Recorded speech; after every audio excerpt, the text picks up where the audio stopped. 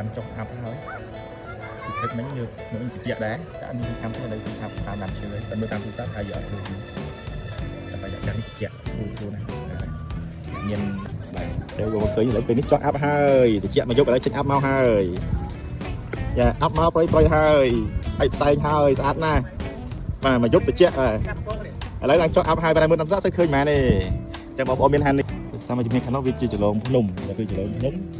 គឺតិចមកយកហើយដល់ឥឡូវវាចង់រាប់មានខ្យល់មកចាប់បានអាប់លាក់មកយ៉ាអែមណាស់បាទចុះអាប់ជាក់មែនទេជាក់នឹងសពគេ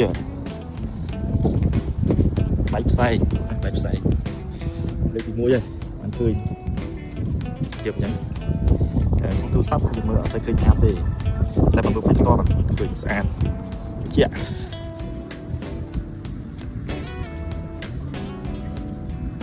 មកផ្សាយទៅជាក់អត់ទេ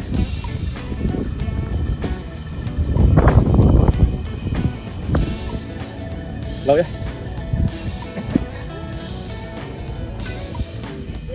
បាទតាមពិតទៅខាងមុខនេះគឺជាចលងភ្នំនេះបាទតែមកមក5 6ជាងនេះគឺយើងមិនឃើញជួរភ្នំឥឡូវបាត់អស់អ្នកឈឹងsẽ dùng những hạt xuống để nó bọt cái lợn lắm máu rồi làm này rồi cho phan đó thôi đi hơi say nhé phải cắt chết luôn úp lỗi ra đấy thôi cái chạy đọ bọc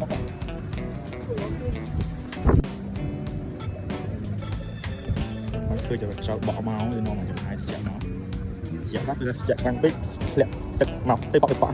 và chạy trên năng tiếp là 2 4 rồi là